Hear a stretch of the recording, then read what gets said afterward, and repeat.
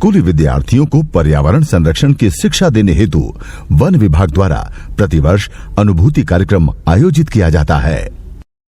अनुभूति सिर्फ एक कार्यक्रम नहीं, अनुभूति एक रिश्ता है, एक प्यारा सा रिश्ता। रिश्ता जंगलों से,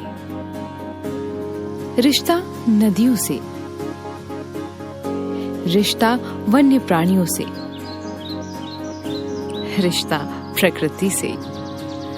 प्रकृति जीवन के हर रंग को खुद में समेटे हुए है और जब ये नन्हे कदम प्रकृति के रंगों के करीब पहुंचे तो ये रंग छिटक कर उनकी कलाओं में उभर आए और ये बच्चे प्रकृति के रंग में सराबोर हो उठे।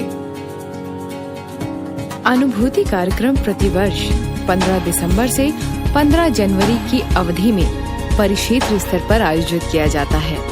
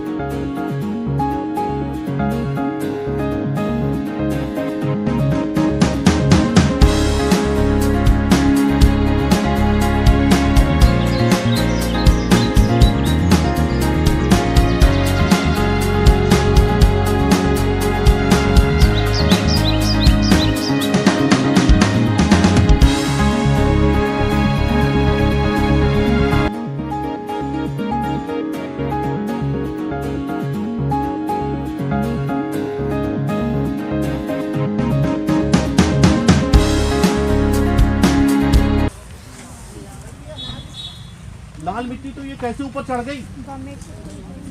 कैसे ऊपर चढ़ी? उधई बोलते हैं इसको, क्या बोलते हैं? दीमक है ना, दीमक। अब ये यहाँ पर क्या हो रहा है? ये जिंदा झाड़ में लगी है, ये उसके तने पर, जिंदा तने पे।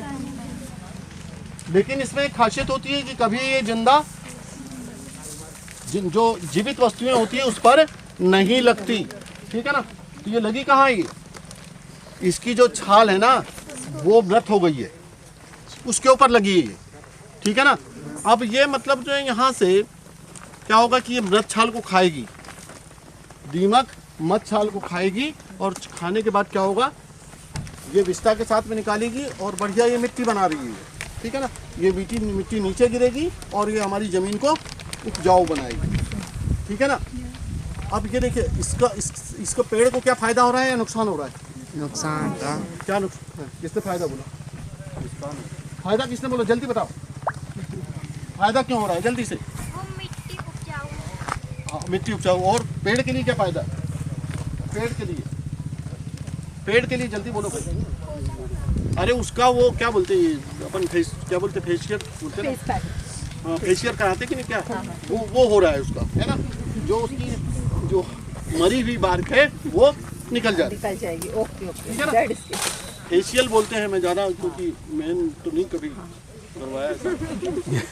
सभी गर्ल्स हैं तो सब समझ जाएंगे। हाँ, है ना। उसका सही क्या है? फेशियल ही बोलते हैं ना, फेशियल। तो ये फेशियल हो रहा है उसका, ठीक है ना। अब यही दीमक हमारे घरों में भी लगती है ना। कहाँ लकड़ियों में लगती है, कहीं पर भी लगती है ना। तो वो सब जितनी मृत वस्तुएं होती है जो उन्हीं में लगती है। अच्छा, एक और खासियत है, दीमक जो है, दीमक जो है उसमें एक ऐसी क्षमता होती है दीमक में, और वो ऐसी चीज को पचाती है वो, कि दुनिया में कोई भी प्राणी उस चीज को पचा नहीं सकता। बताओ क्या है वो, जल्दी बताओ भाई, जल्दी बताओ, दिमाग लगाओ, सोचो, गलत भी बोल दो कोई दिक्कत नहीं, बोलिए। देखिए बोलने में हिचकिचाहट मत रखिए, गलत होगा तो क्या होगा नहीं। क्या चीज जो पचाती है ऐसी? लकड़ियों में क्या रहता है? और कोई कंपाउंड? चॉकलेट दूंगा।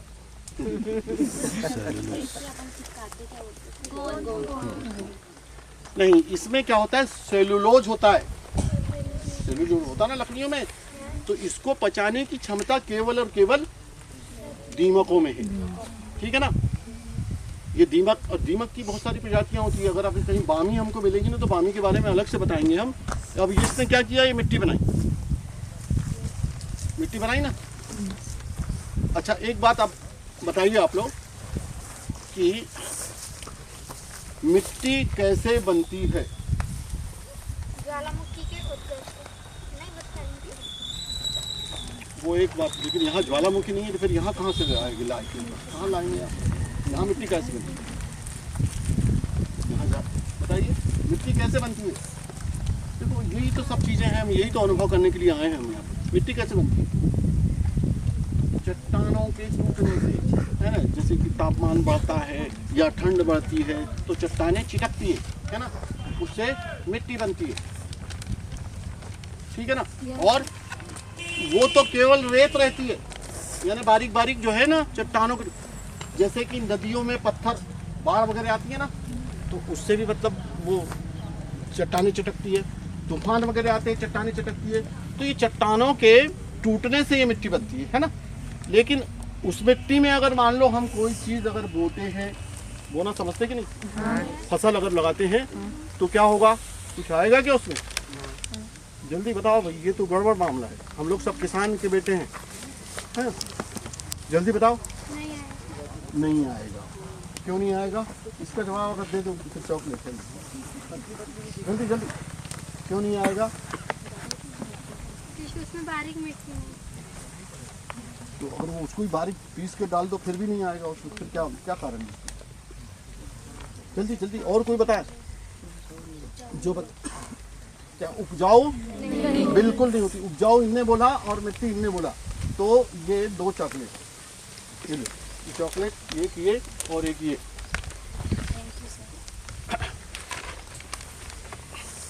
होता क्या है कि ये तो मिट्टी बनी, लेकिन जो उपजाऊ यानी कि जो ह्यूमस और जो खाद बनाने वाले कौन है? ह्यूमस और खाद बनाने वाले कौन है? ह्यूमस या उपजाऊ मिट्टी बोलते हैं जिसको, इसमें मिलती है जो, उसको बनाने वाले कौन है? केचुआ तो अंदर रहता है, वो भी कुछ खाता है, वो तब बनता है उससे। जल्दी बताओ भाई, लगाओ दिमाग लगाओ।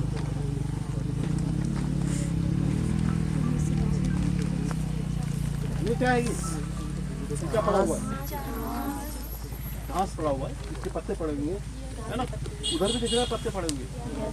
ये पत्ते बताओ ये पड़े कब तक रहेंगे? ध्यान से, इधर ध्यान, इधर चाहिए ध्यान, इधर। वो जो पीछे है ना, वो जो, चलो आगे आओ, चलो बेटे इधर सामने आओ।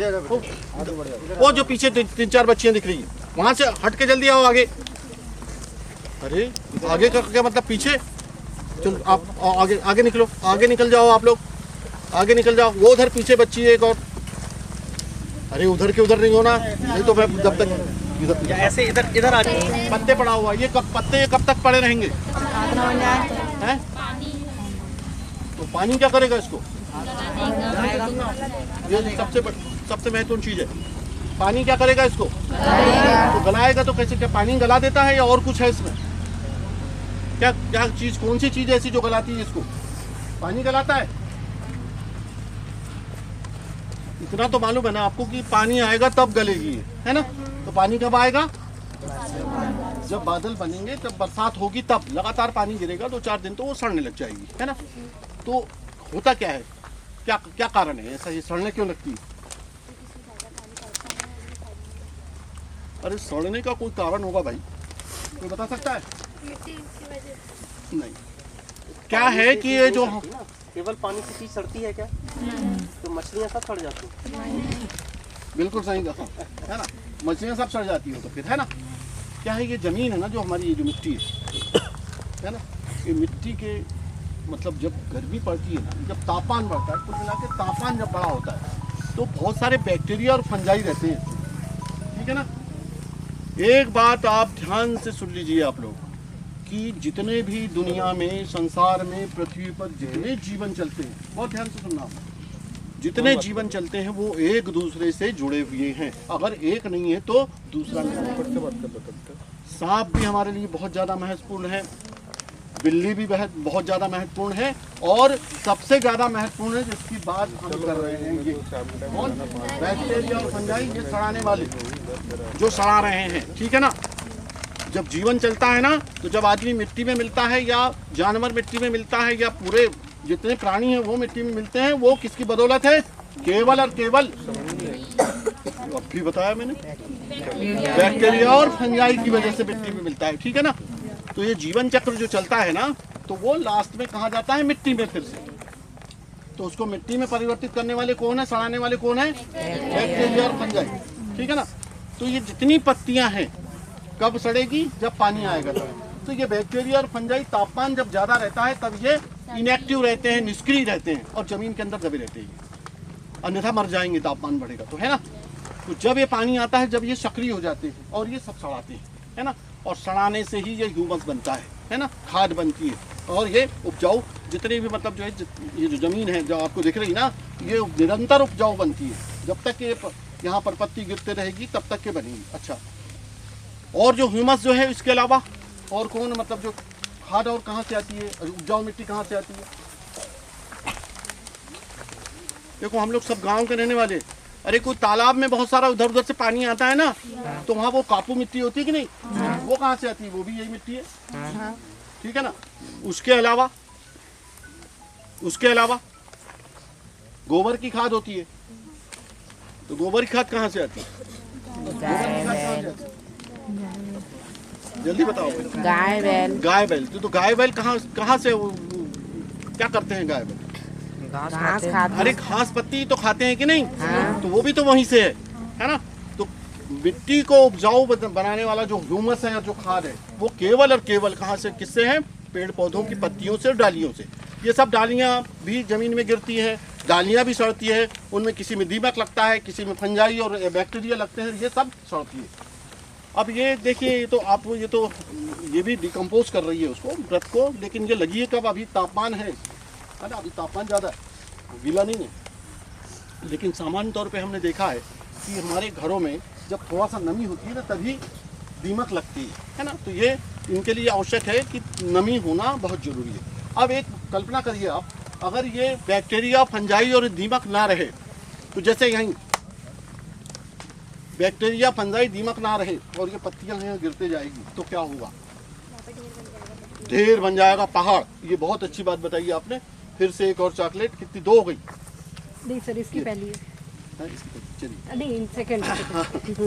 तो पहाड़ बन जाएगा, हमारा चलना मुश्किल हो जाएगा, है ना। और फिर वो पूरा जो जीवन चक्र जितने चल रहे हैं वो रुक जाएंगे, वो फिर, है ना, वो यहाँ से चलना ही मुश्किल हो जाएगा, ठीक है ना। तो आपने ये जाना ना यहाँ पर कि मिट्टी जो उपजाऊ मिट्टी होती है, ह्यूमस होता है, खाद, वो केवल और केवल वनस्पति पत्ती, उनकी पत्तियों से या उनकी डालियों के सड़ने से ही बनती है, ठीक है ना।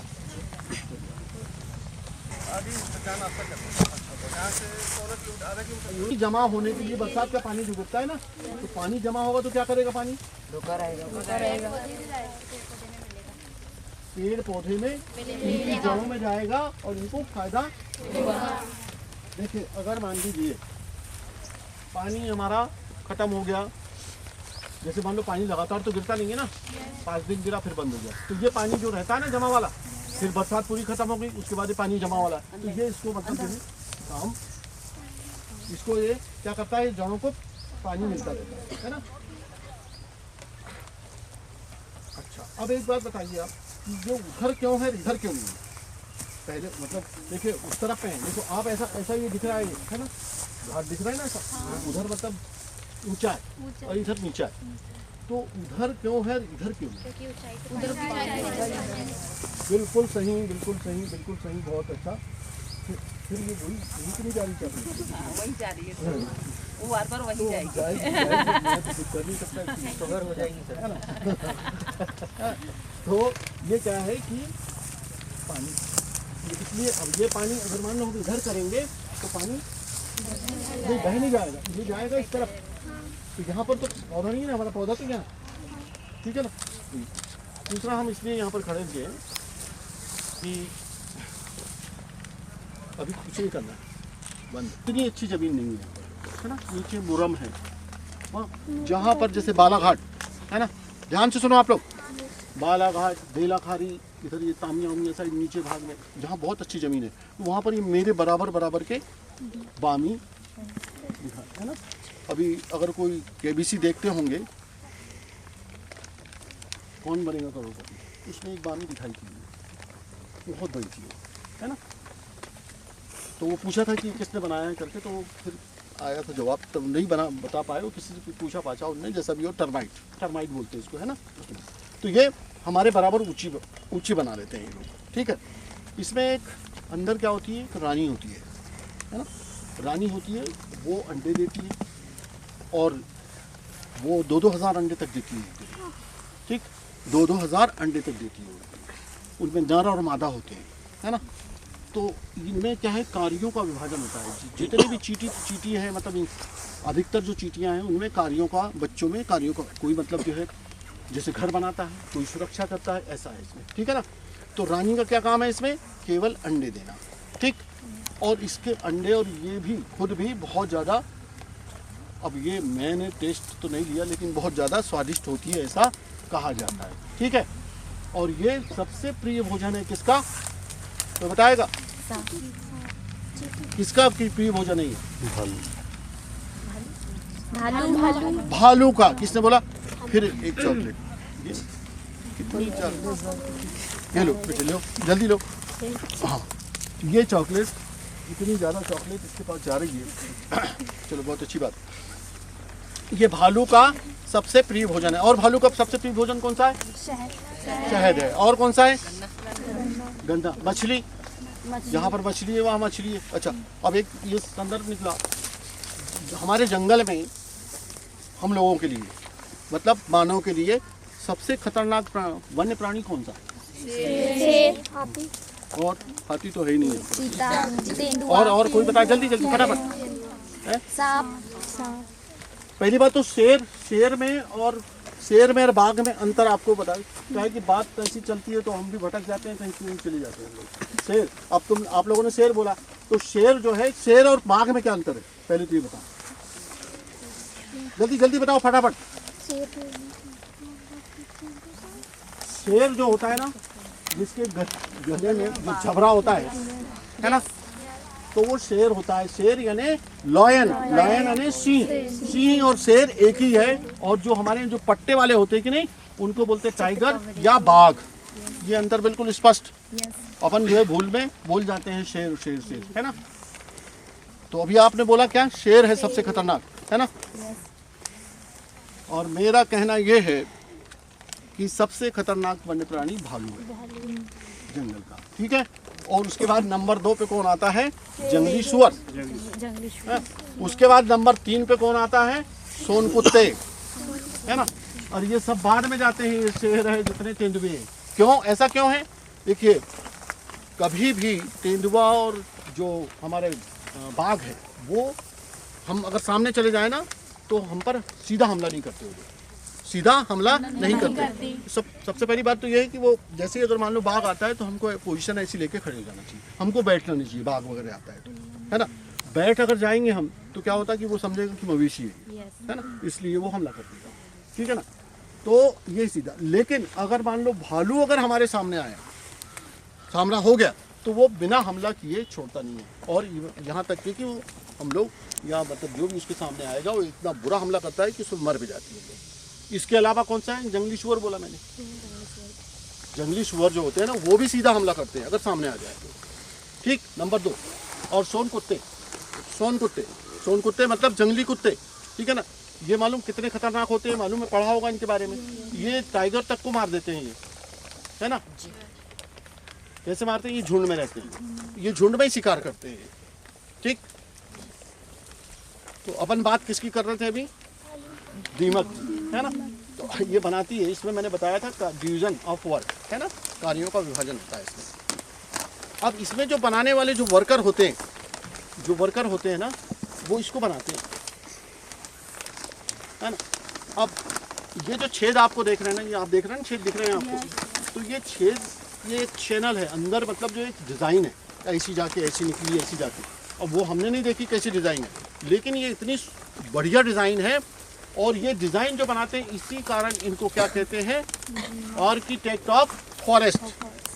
आर्किटेक्ट ऑफ फॉरेस्ट, ये बहुत बड़े इंजीनियर है। ये इसका जो अंदर से जो है ना, इसका तापमान गर्मी के दिनों में 14 डिग्री सेंटीग्रेड और 14 से 30 डिग्री तक के ये मेंटेन रहता है ना, बना हुआ रहता है, ये मेंटेन करते हैं वो। यानी कुल मिला के ये हुआ कि ये इनका जो घर है वो एसी होता है, एयर कंडीशन। तो ऐसा कोई भी प्राणी नहीं है जो इस प्रकार का अपना घर बनाता है, ठीक है ना। तो ये क्यों होता है ऐसा, कि जो इनका जो चैनल है ना, पाइप टाइप का जो छेद दिखते हैं ना अंदर, ये ऐसे ऐसे इधर घूमे घामे, तो ये इनका ये बनाने का तरीका है ना। और इससे मतलब डिज़ाइन की वजह से जो है ये ठंडा और गर्म रहता है, ठंडी के दिन में गर्म और गर्मी के दिन में ठंडा, ठीक है ना। अच्छा, इसमें देखिए, एक तो ये हुआ कि आर्किटेक्ट ऑफ फॉरेस्ट कहलाते हैं ये, इस कारण से बहुत बड़े इंजीनियर हैं ये, हाँ। इसकी डिज़ाइन पर हम लोग जो है, हमारे जो बहुत सारे वैज्ञानिक या आर्किटेक्ट वगैरह हैं, वो इस तरह की बिल्डिंग बनाने की कोशिश कर रहे हैं कि हमको एसी की आवश्यकता और कूलर की आवश्यकता ना पड़े। एसी मतलब कितना खतरनाक है, आप लोग जानते हैं कि नहीं जानते? क्या होता है इससे, जल्दी बताओ फटफट। एसी से क्या होता है? एसी ठंडा तो करता है, लेकिन उससे जो गैस निकलती है वो, उसका नाम है क्लोरोफ्लोरोकार्बन। वो सब बहुत ज़्यादा खतरनाक है, और ओजोन की को जो पतली परत हो रही है ना ओजोन की, उसमें बहुत ज़्यादा ये सहयोग करती है, उसको पतली कर रहे हैं, ठीक है ना, खतरनाक है।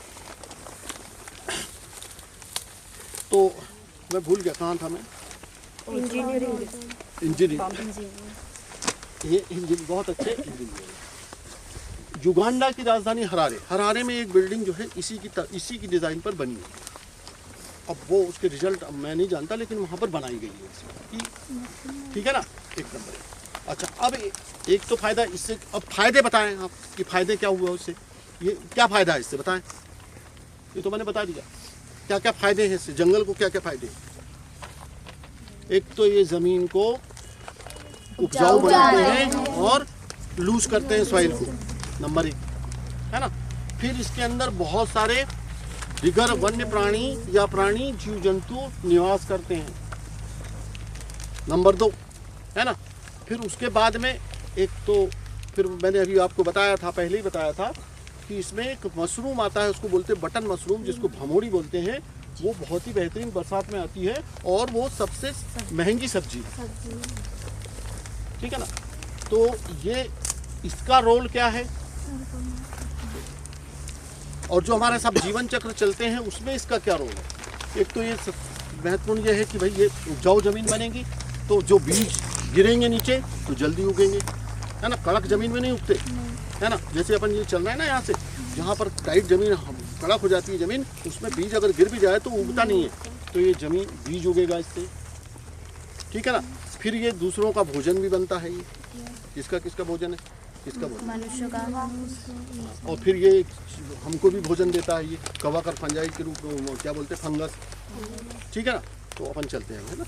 नाम कैसे पड़ा भाई, यहाँ पर बहुत ज़्यादा छींदी होती है, यानी कुछ भी जो नाम पढ़ते हैं ना, तो वो कुछ भी नहीं पढ़ जाते। शहरों के नाम है, गाँव के नाम है ना। तो ये नाम कोई ना कोई, मतलब ध्यान से इधर उधर नहीं देखो आप लोग, है ना, ध्यान से सबका ध्यान सर की तरफ होना चाहिए। तो क्या होता क्या है, ये जैसे छितरी है, गोठार है, ये नाम कुछ ना कुछ मतलब इसमें राज रखते हैं, ठीक है ना। और जैसे कि जैसे क्या है, एक तो लावा घोघरी। लावा घोघरी नाम सुना है क्या? लावा घोघरी हमारे छिंदवाड़ा जिले में है ना, कहाँ है? बैतूल रोड पे आता है। लावा घोघरी सुना है किसी ने नाम? उसका नाम ऐसा क्यों पड़ा, तो बताएगा क्या? लावा घोघरी, किसी समय में वहाँ पर क्या हुआ होगा, ज्वालामुखी फटा होगा, उसका लावा गिरा होगा, उस पर किसी ने वो घोघरी बना ली होगी, तो वो लावा घोघरी हो गया। अब घोघरी किसको कहते हैं? घोघरी किसको कहते हैं? घोघरी मतलब चने की बनती ना घोघरी। घोघरी घोघरी घोघरी या घोघरी बोलते हैं, चने की बनती है ना, हाँ, उसको बोलते हैं। तो ये हर किसी के नाम के पीछे कोई ना कोई राज। वो छिंदी आपने देखे ना, आप लोगों ने कभी देखे हैं छिंदी में और दिखते हैं, कभी देखा है आपने? बहुत अच्छे बुने हुए, बहुत सुंदर। कुएं में भी कभी कभी दिखते हैं, गहरे कुएं रहते हैं ना, उनमें लग जाते हैं, है ना। ये कौन बनाता है? चिड़िया बनाती है ना। उसका नाम नोट कर लो, उसका नाम बया है। बया, बया नाम की चिड़िया या पक्षी ये घोंसले बनाते हैं।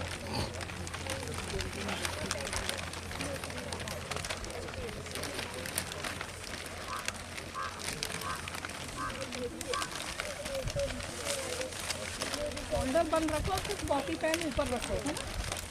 बहुत सारी जानकारियाँ आपको मतलब लगभग सभी जानकारी। तो घोंसला कौन बनाता है? इधर ध्यान देना। घोंसला कौन बनाता है? नर बनाता है या मादा? नर बनाता है। बिल्कुल सही कहा आपने, नर बनाता है। अब जैसे मान लीजिए वो घोंसला बना, आधा बन गया, तो उसका सुपरविजन कौन करता है? वो तो प्रश्न ही वैसा था, तो आप लोगों ने बोली कि मादा करती है ना। वास्तव में मादा ही करती है उसका सुपरविजन, है ना। अब सुपरविजन में क्या होता है कि वो देखती है जाके कि इनने कैसा बनाया, है ना। अगर मान लो वो आधा भी बना है और मादा ने बोल दिया कि ये तो ठीक नहीं बना, तो वो रिजेक्ट कर दिया उनने, है ना। रिजेक्ट हुआ तो फिर वो नर जो है दूसरा बनाता है, दूसरा घोंसला बनाता है। अब मान लीजिए फिर उसका निरीक्षण हुआ, फिर उसका सुपरविजन हुआ, फिर रिजेक्ट हुआ, फिर वो तीसरा बनाता है ना। अब ऐसा क्या होता है, मतलब जब 3 हो गया 4 हो गया तो मादा क्या होती है? चिढ़ जाती है ना। चिढ़ जाती है और फिर वो क्या करती है मालूम है? वो घोंसले को तो छोड़ देती है, तो निश्चित छोड़ना ही है उसको, क्योंकि उसको जम नहीं रहा है वो, और वो नर को भी छोड़ देती है, वो अलग हो जाती है, ठीक है ना। फिर वो किसी दूसरे नर से बनाती है। लेकिन ऐसा बहुत कम होता है, वो नर ही बना लेता है। जो नर होता है ना वो ही बना लेता है, एक नहीं बन पाया दूसरा। अब एक बात बताइए आप लोग कि ऐसा क्यों, ये सुपरविजन क्यों? अद्भुत है ना ये, है ना। तो ये सुपरविजन, ये निरीक्षण मादा के द्वारा क्यों किया जाता है? देखो हम लोग इतना तो जान लिए कि भाई ठीक है, बनाया, सुपरविजन किया और रिजेक्ट किया, फिर हो गए दोनों अलग। क्या रीजन क्या है, क्या कारण है?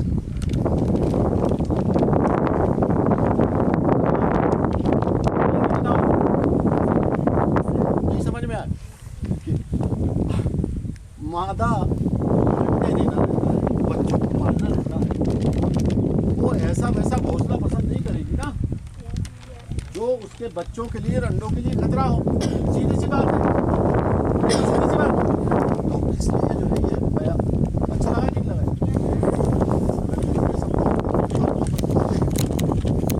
ये क्या दिख रहा है? ये सामने तो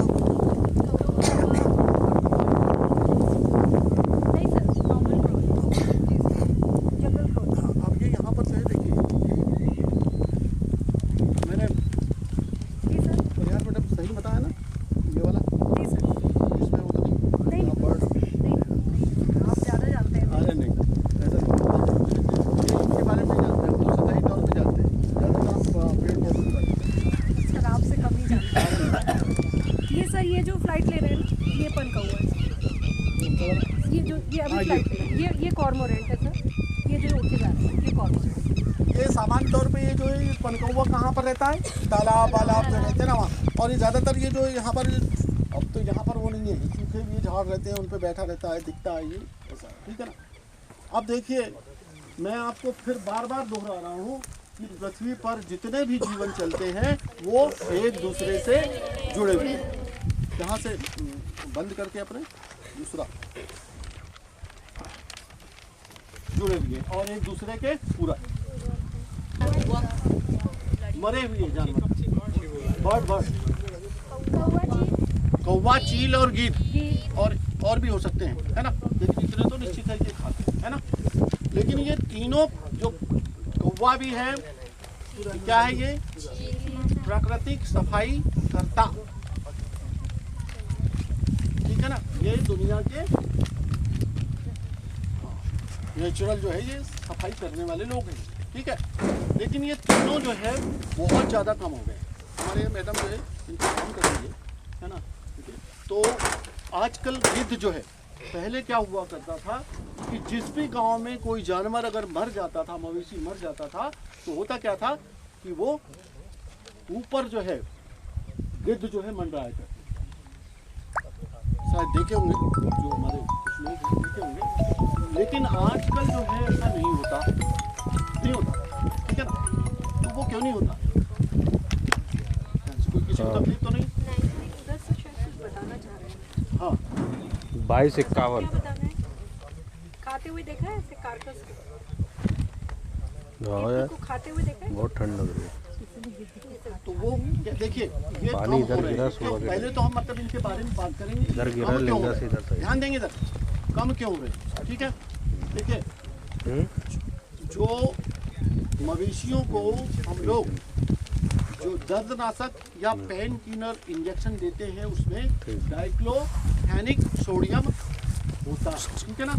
और वो होता है टॉक्सिक। इसी तरह से दूध बढ़ाने के लिए भी जो इंजेक्शन देते हैं हम मवेशियों को, वो भी इसमें भी यही होता है, ठीक है ना। तो मवेशी तो बहुत बड़ा जानवर होता है, ठीक है ना, बड़ा जानवर होता है, इसलिए वो उसको बर्दाश्त कर लेता है।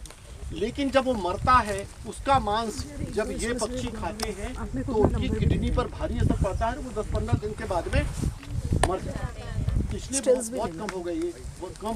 अब देखिए, ये नोट कर लीजिएगा आप लोग, वर्ष 1990 के दशक में नेपाल, बांग्लादेश, भारतवर्ष और पाकिस्तान, इन चारों देशों में गिद्ध की संख्या 4 करोड़ थी। 4 करोड़। और अब कितनी है? मैडम ये 3 बस आई है, ये 3 यहाँ खड़ी है। और अब कितनी है वर्तमान में? केवल 1 लाख। कितनी तेजी से मतलब जो है ये समाप्त हुए। ये विलुप्त होने वाली प्रजाति के अंतर्गत इंडेंजर्ड बोलते हैं उसको, उसमें आ गई, ठीक है ना। तो इन पक्षियों को बचाना हमारा, क्योंकि होता क्या है कि जब जंगल में जानवर मरता है या हमारे गांव में जानवर मरता है तो ये सड़ता है। अब सड़ने के बाद में अगर इसको कोई नहीं खाएगा तो बीमारी फैलेगी, ठीक है ना। तो ये प्रकृति ने इनको दिया था ऐसा, लेकिन हम उनको भी कम, कौवे भी कम हो रहे हैं। इनका तो संवर्धन चल रहा है क्योंकि ये 4 करोड़ से 1 लाख हो गए, क्या गिद्ध। लेकिन कौवे भी हमको दिखते हैं, है ना, लेकिन कौवे भी कम हो गए। अच्छा, इनका और भी बहुत सारे कारण हैं, जो अपने रेडिएशन, ये बड़े बड़े टावर लगे हैं, इनसे रेडिएशन से भी मरते हैं। फिर उसके बाद कीटनाशक जो डालते हैं हम फसलों में, उससे भी मरते हैं ये, ठीक है ना। तो ये सब कारण है। तो पक्षी जो है, ये 3-4 पक्षियों के बारे में मैंने बताया। ये उसके अलावा आप ध्यान देंगे कि पक्षी हमारे लिए क्या करते हैं। देखिए, पक्षी के बारे में अपन बहुत ज़्यादा अंदर में नहीं घुसेंगे, है ना, ज़्यादा तो, क्योंकि अब जब आप लोग पढ़ेंगे, पक्षी विशेषज्ञ बनेंगे, तो आप लोग खुद जान जाओगे। लेकिन हम जो बता रहे हैं कि पक्षी हमारे लिए क्या रोल, इनका क्या रोल है, जो जीवन चलता है उसमें क्या रोल है पक्षियों का, जरा बताएं। पक्षी क्या करते हैं हमारे? फायदेमंद है या नुकसानदायक? फायदेमंद कैसे? बोल, जल्दी बोलो, फायदेमंद क्यों है? आपके मुंह पर है लेकिन आप बोल नहीं पा रहे हो, जल्दी जल्दी। 1 चॉकलेट, 2 चॉकलेट, 2 जो बताएगा उसको 2 चॉकलेट। जल्दी बोलो बेटे, जल्दी बोलो। पक्षी कैसे फायदेमंद है? आ रही है सर, एक और लिस्ट आ रही है। एक तो देखिए आप, आ रही है। नुकसान वो क्या करते हैं, जैसे चना हुआ पर या बहुत सारे और भी दाने फसलें रहती है ना, वो खाते हैं, इसलिए वो दे रहे हैं। तो नुकसान तो करते हैं। उसके लिए क्या चलाते हैं हम लोग, और वो दवाई तो अब डालने लगे। पहले तो वो गोफन चलाया करते थे। गोफन जानते कि नहीं जानते? गोफन चलाया करते थे ना पहले। हाँ, ध्यान देंगे इधर आप लोग, बिल्कुल शांति से। तो क्या फायदे हैं इससे? देखिए, मैंने आपसे क्या बताया था कि पृथ्वी में जितने भी जीवन चलते हैं उनमें कहीं ना कहीं मतलब हर किसी का रोल या भूमिका है। तो पक्षियों की क्या भूमिका है? पक्षी अगर नहीं रहेंगे तो क्या होगा? पक्षी की भूमिका बताया नहीं किसी ने। पक्षियों की भूमिका ये है कि वो जो कीटों की या कीट जब ज्यादा होते हैं, कीट इंसेक्ट है ना, जो हमारी फसलों को खाते हैं, वो ज्यादा होते हैं, उनको खाते हैं, यानी उनको संतुलित करते हैं। ईश्वर ने क्या पक्षियों को इसलिए बनाया है कि वो कीटों को संतुलित करें, ज्यादा हो जाते हैं, है ना। अब हम उनको क्या, कीटों को कैसे मार रहे हैं? दवाई के द्वारा, है ना। तो ये दवाइयों द्वारा मार रहे हैं, ये हमारे लिए बहुत ज़्यादा घातक है। पूरा जहर जो है ना हमारी फसलों में और सब्जियों में जाता है और पूरा हम खाते हैं उसको। उससे हमारा क्या हो रहा है, इम्यूनिटी कम हो रही है निरंतर, है ना। इसलिए हमको कोई भी बीमारी जल्दी अटैक कर ले रही है। सब कुछ प्रदूषित ले रहे हैं, पानी भी, हवा भी, और आपके अनाज भी, सब्जी भी, है ना। तो प्रदूषित चाहे वो कोई भी हो, कोई भी प्राणी हो, तो प्रदूषित अगर खाएगा, हवा लेगा, तो उसकी इम्यूनिटी घट नहीं जाती, ठीक है ना। तो पक्षियों के क्या फायदे हैं? एक तो ये बताया मैंने, और दूसरा फायदा वो बहुत सारे बीजों को, फलों को खाते हैं। जैसे कि फलों खाते हैं, उनके पेट के अंदर जाता है तो वो ट्रीटमेंट होता है उसका। बीज जाता है ना, फल जाता है, और फिर वो अपनी विष्ठा से निकालते हैं। तो वो बहुत सारे बीज या बहुत सारे फल ऐसे हैं जिनका बीज अगर वो नहीं खाएंगे तो वो उगेगा नहीं, ठीक है ना। सभी का नहीं है ऐसा, है ना। तो ये सीड डिस्पर्सल मतलब बीजों के फैलाव में बहुत ज़्यादा मदद करती है। अब मान लीजिए पेड़ है, पेड़ कहाँ पर होता है? बीज होता है, उसमें फल लगते हैं ना। तो बीज अगर नीचे गिरा, ठीक है, और सब पूरे के पूरे पौधे एक साथ उग जाए तो क्या होगा? नहीं तो क्या होगा क्या? अरे उसमें से एक भी नहीं बचेगा। वो क्यों नहीं बचेगा? क्योंकि प्रकाश के लिए झगड़ा होगा उनका, प्रकाश जरूरी है ना। फिर पोषक तत्वों के लिए होगा, पानी के लिए होगा, तो नजदीक हो जाएगी तो किसी को प्रकाश से मिला। कुल मिला के ये है कि वो पूरा झगड़ कर,